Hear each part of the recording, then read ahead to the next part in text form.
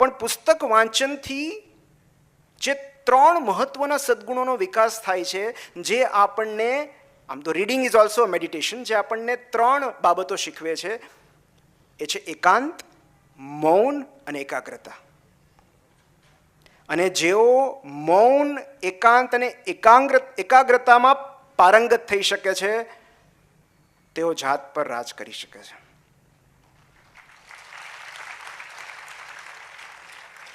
એકાંત એટલા માટે બિકોઝ સોલિટ્યુડ ઇઝ ઇન્ડિપેન્ડન્સ.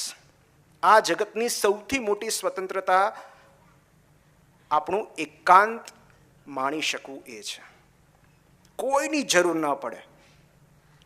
કોઈ બોલાવે ન બોલાવે, પાર્ટીમાં ઇન્વાઇટ કરે ન કરે, ફ્રેન્ડ રિક્વેસ્ટ મોકલે ન મોકલે, બ્લૂટિક પછી જવાબ આપે કે ન આપે.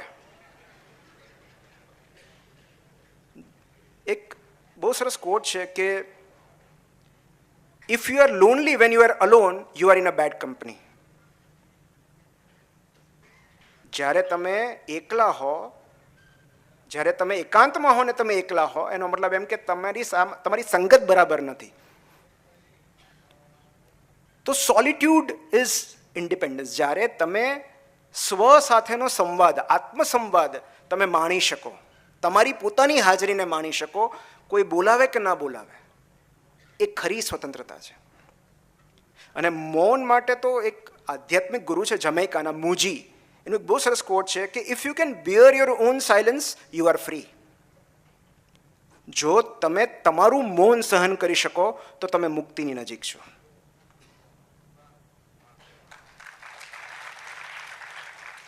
કારણ કે આપણે અને મૌન સહન નથી કરી શકતા એટલે તો આપણે સતત બોલવું પડે છે.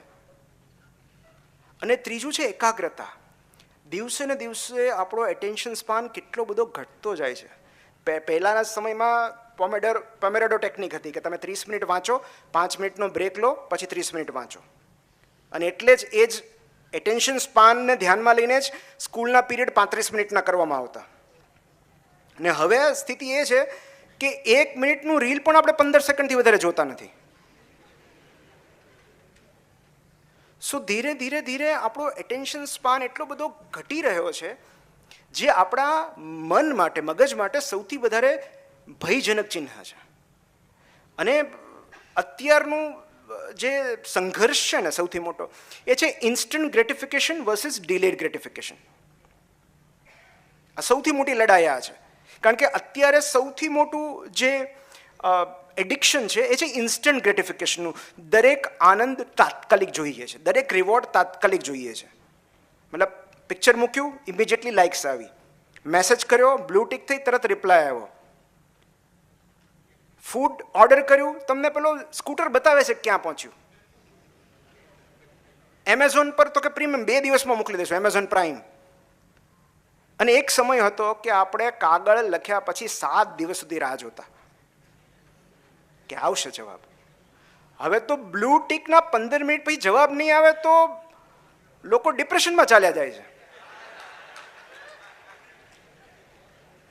તો જે ડિલેડ ગ્રેટિફિકેશન છે, દિવસો સુધી, મહિનાઓ સુધી, વર્ષો સુધી રિઝલ્ટ મેળવ્યા વગર મહેનત કરવી કે મહિનાઓ પછી, વર્ષો પછી પરિણામ મળશે, એ ધીરજ આપણામાં રહી જ નથી.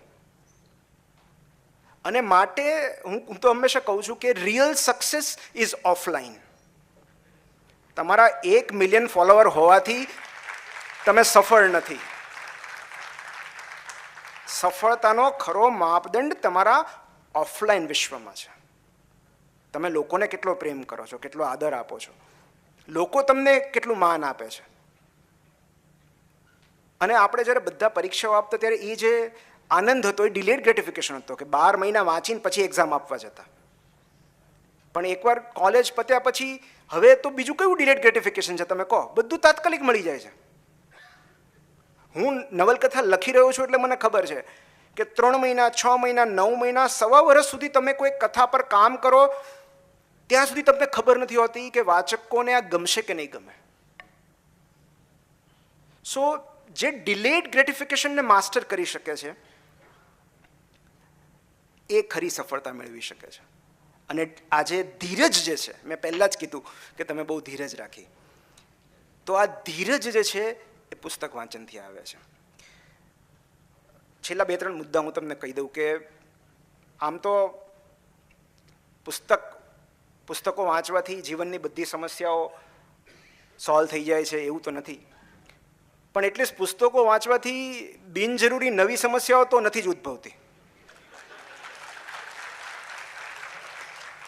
કારણ કે જે સમય પુસ્તક વાંચવાને બદલે તમે બીજી કોઈ પ્રવૃત્તિમાં વ્યસ્ત હો છો, ત્યારે પુસ્તક ન વાંચીને તમે કેટલા કાંડ કરીને આવો છો.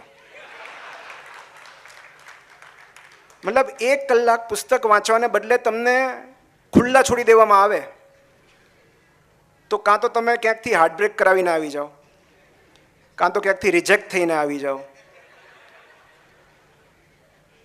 કાં તો કંઈક ખોટ કરીને આવી જાઓ એકાદા ધંધામાં. પણ આ બધી સાહસિક પ્રવૃત્તિઓ જરૂરી જ છે, પણ જે સમય દરમિયાન હું તમને એટલી ગેરંટી આપી શકું કે જે સમય દરમિયાન તમે કોઈ એક પુસ્તક હાથમાં પકડીને છાનામાના ખૂણામાં બેઠા છો, તમારા જીવનમાં નવી કોઈ સમસ્યાઓ નહીં ઉદ્ભવે. તો આપણા જીવનમાં ટોટલ ટ્રાન્સફોર્મેશનથી, સંપૂર્ણ પરિવર્તનથી આપણે બસ એક પુસ્તક જેટલા દૂર હોઈએ છીએ. Just 1 book away from total transformation. પણ એ એક પુસ્તક સુધી પહોંચતા આપણને કેટલા બધા પરિબળો અટકાવે છે.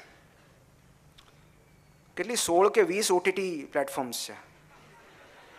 હવે એ બધાને એક પછી એક આપણે પારંગત કરતા જઈએ, ઠેકતા જઈએ, તો પછી સોશિયલ મીડિયા તો ઊભું જ હોય. પાર્ટીઝ છે, આખી રાત ચાલતી WhatsApp chats, phones, news.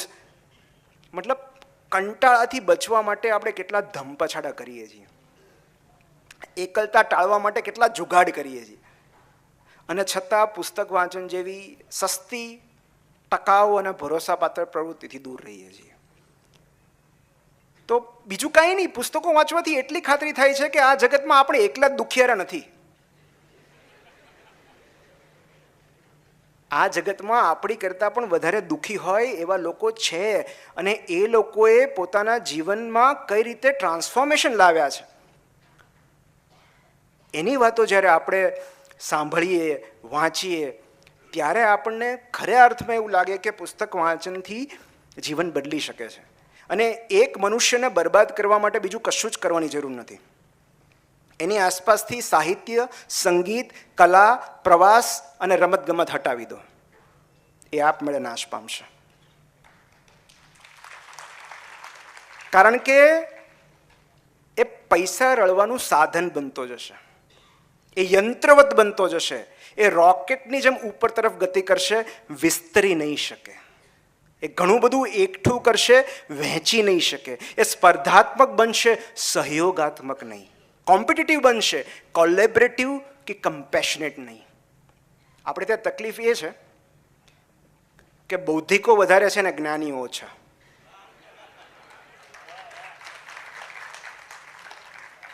Intelligence વધારે છે પણ ઇન્ટેલેક્ટ ઓછી છે. પોતાની વાત કે વ્યૂ પોઈન્ટ સાચો સાબિત કરવા માટે લોકો કલાકો સુધી દલીલ કરી શકે છે, પણ સામેવાળાની વાત સાંભળવાને સમજવા માટે એમની પાસે 5 મિનિટનો સમય નથી. અને માટે વધુ પડતી માહિતીનો અતિરેક માનસિકતાને ઈજાગ્રસ્ત કરે છે. અને એટલે જો માનસિકતાને બચાવવી હશે તો સમયસર માહિતીના જગતમાંથી વિદાય લઈ અને અનુભૂતિના જગતમાં પ્રવેશ કરવો પડશે. અને આ અનુભૂતિના જગતમાં પ્રવેશ કરવા માટે પુસ્તકો જરૂરી છે.